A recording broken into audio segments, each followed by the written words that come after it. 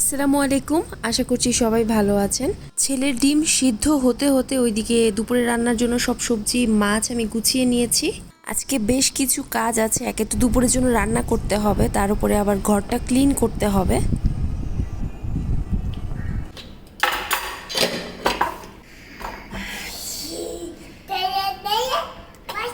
বড় ইলিশ দেখেই মনে হলো ইলিশের পাতুরি খেতে হবে, তো ইলিশের পাতুরি করবো ইনশাল্লাহ আজকে।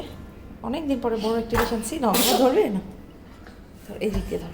দাঁড়া দাঁড়া দিচ্ছি, মা পরিষ্কার করে তোমাকে দেখতে দিব। ওকে,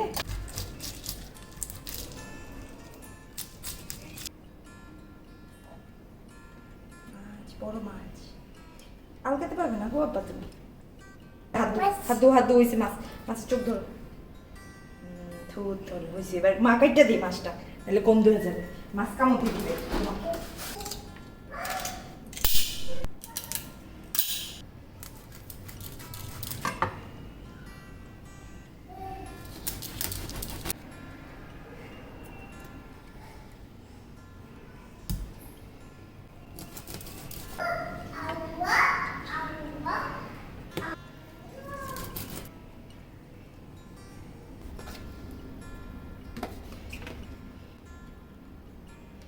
এই 6টা পিস দিয়ে পাতুরি করব, আর এই 3টা পিস রেখে দিলাম। মাথা লেজ রেখে দিয়েছি। আমরা সবসময় ইলিশের মাথা দিয়ে পুঁই শাক দিয়ে রান্না করি, আর ইলিশের লেজটা ভর্তা করি, আবার ইলিশের ফুলকাটা পটল দিয়ে ভর্তা করি, এরকম আর কি। তো ওইটাই করবো ইনশাল্লাহ। দেখি, এগুলা ফ্রিজে রেখে দিচ্ছি, নয়তো একদম গলে যাবে।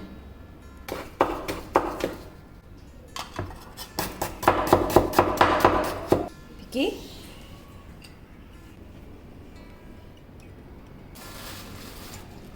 এই মাছটার নাম হচ্ছে জেলে মা, তো কেটে রাখছি, তাহলে আমার সুবিধা হবে, কাজা যাবে আর কি পরে রান্না করতে গেলে।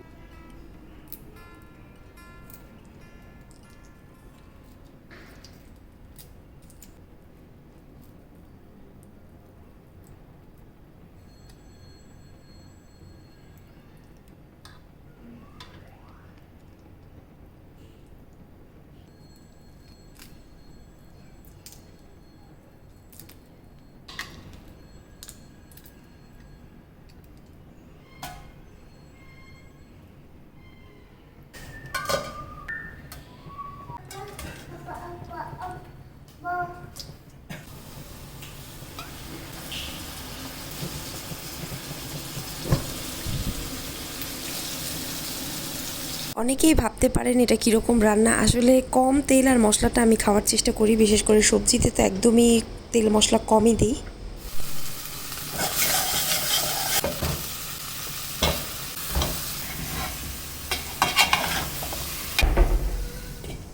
ভাজা পোড়া রান্না করার পরে তেলের নিচের দিকে কিন্তু এরকম অবশিষ্ট অংশ দেখা যায়। সেক্ষেত্রে এরকম একটা কাপড়ের ছাঁকনি দিয়ে ছেঁকে কিন্তু তেলটাকে আবারও ব্যবহার করতে পারে, কারণ ওই রকম কালো অংশ সহ যদি তেলটা ব্যবহার করেন তাহলে খাবারের পুষ্টিগুণ কিন্তু অনেকখানি নষ্ট হয়ে যায়।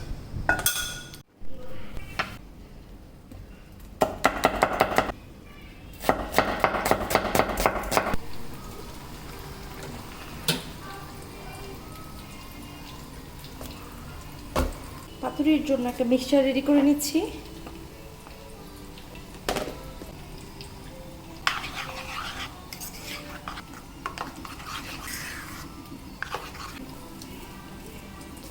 সামান্য একটু আদা রসুন বাটা, লবণ, ধনিয়া গুঁড়া,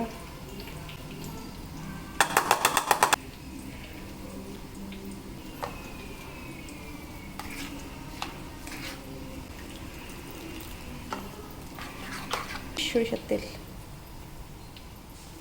জি বাবা, এটাই হচ্ছে আমার মিক্সচার। কুমড়া পাতাটা সুন্দর করে ধুয়ে পরিষ্কার করে রেখে দিয়েছি।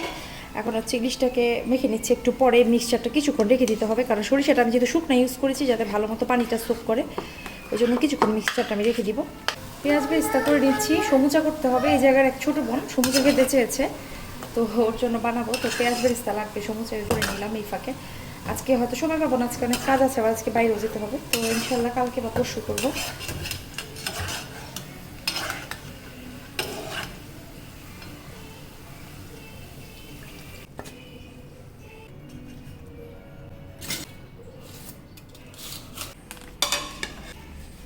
এর আগে আমি পাতুরি করেছিলাম লাউ পাতা দিয়ে, কিন্তু এখানে লাউ পাতাটা পাইনি, তাই কুমড়া পাতা দিয়েই করছি। তবে প্রথমবার করছি। আর এর আগে সুতা দিয়ে বেঁধেছিলাম, এখন আর সুতা দিয়ে বাঁধবো না, আমি এভাবেই পেঁচিয়ে দিব 2টা পাতা একসাথে করে।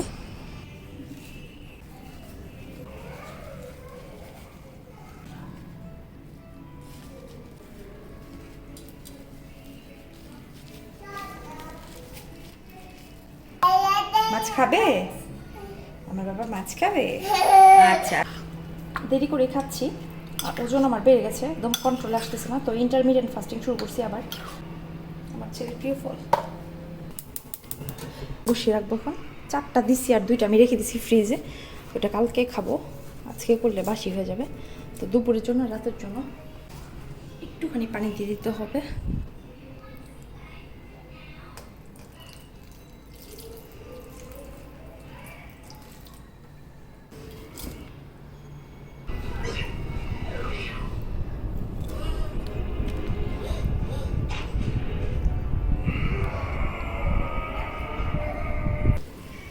একদম কম আছে, আমি বসায় রাখছিলাম।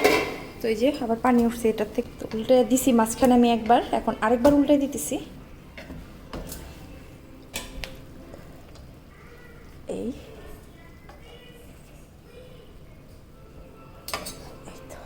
পানিটা পাতিল থেকে পুরোপুরি শুকিয়ে যাওয়া পর্যন্ত আমি এটাকে এভাবেই ঢেকে রেখে দিই।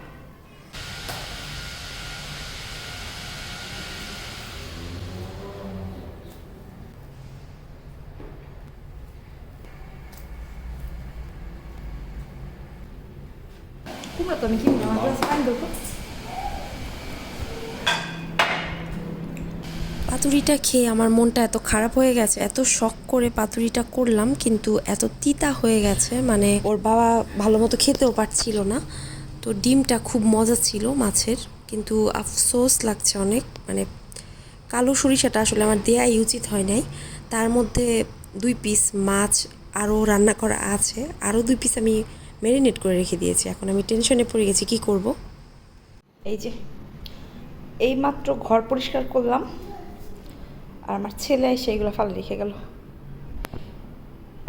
এগুলোই হয়।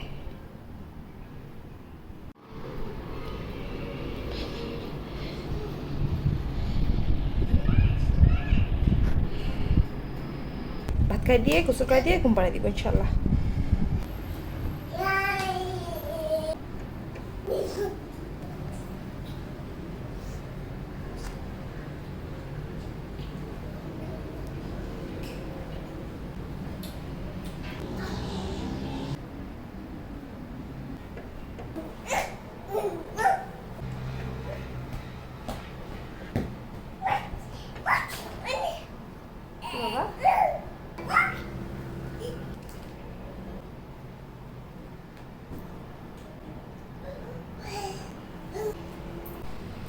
উসমান,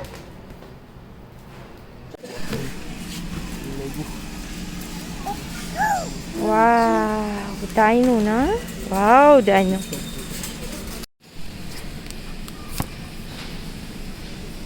ডিসপোজেবল কন্টেনার নিলাম।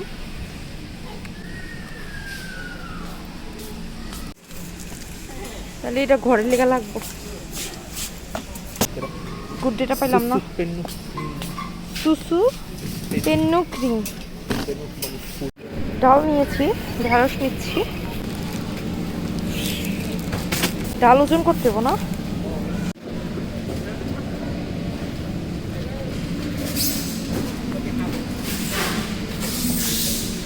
মজার জিনিস বাবর, আমি খাবো। আমার ছেলে কিনতে না কিনতে আঙ্গুর খাওয়া শুরু করে দিছে। মজা আঙ্গুর, আরেকটা আঙ্গুর।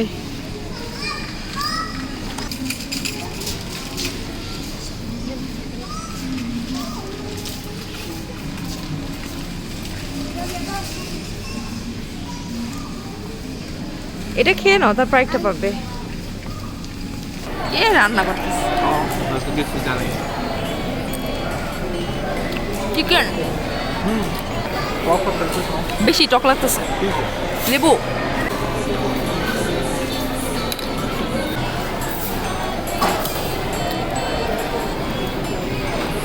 মেইন কোর্স চলে আসছে। ল্যাম্প নিছি।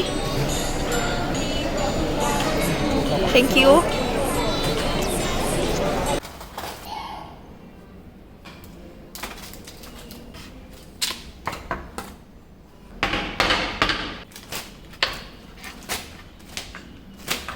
সবেমাত্র 2 দিন আগে আমরা বাজার করে আসলাম। আজকে আসলে বাজারে যাওয়ার কোনো দরকার ছিল না, কিন্তু তারপরে আজকে বাজারে গিয়েছি মেনলি হচ্ছে এখানে যে ভাবির সাথে আমরা বেড়াতে গিয়েছিলাম, যে ভাবির সাথে, সেই ভাবি একটু অসুস্থ। রান্না করে দেওয়ার জন্য আসলে ঘরে গরু ছিল না, জাস্ট মাছ ছিল।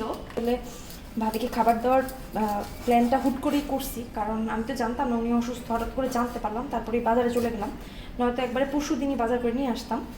আর ইলিশও দেখা যায় পাতুরি যে করেছি সেখান থেকে ওনাদের জন্য রাখতাম, বাট পাতুরিটা আসলে তিতা হয়ে গেছে, আর ওইটা দিলাম না।